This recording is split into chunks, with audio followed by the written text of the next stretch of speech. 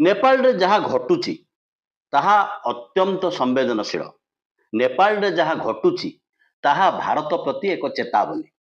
ये घटना केवल नेपाल रे नुह, श्रीलंका, बांग्लादेश, परवर्ती समय नेपाल, जापान रो प्रधानमंत्री आगरू इस्तीफा दे सारी, अर्थात भारतर नेबरिंग स्टेट, भारतर पड़ोशी राज्य रे कौन घटुची ताकू देखिबार आवश्यकता अछि।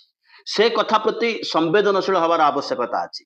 से कथा को गुरुत्व देवार मध्य आवश्यकता अछि। ये मत मध्य भारत वर्षर सुप्रीम कोर्ट रो मुख्य विचारपतिंकर आज गोटे सुनानी बेले सरकारंकर सोलिसिटर जनरल तुषार मेहटा को भारत वर्षर सुप्रीम कोर्ट रो मुख्य विचारपति जस्टिस गवई कहले, look what is happening in neighbouring states. लक्ष्य कर पड़ोशी राज्य नेपाल रे कौन घटुची। एवं तांको पाखरे आउ जणे जस्टिस बसिथिले विक्रम नाथ, से मत देले केवल नेपाल नुह बांग्लादेश को मध्य देख। ये वितर्क थिला राज्यपालंकर अधिकार उपरे।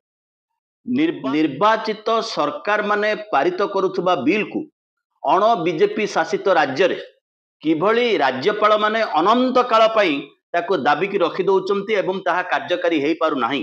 अर्थात लोकंकर जो एस्पिरेशन, लोकंकर जो प्रतिनिधि सभा जो निष्पत्ति नौची, जो बिल पास करुची, अनंत काल जाए राज्यपाल ताकू दाबी रखी पारिबे ना नाही।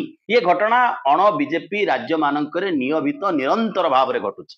से विषय रे वितर्क बेले सीधा सड़क भाव रे सोलिसिटर जनरल को सुप्रीम कोर्ट रो मुख्य विचारपति कथा थिला, नजर कर पड़ोशी बांग्लादेश रे कौन घटुची, नजर कर पड़ोशी नेपाल प्रदेश रे कौन घटुची।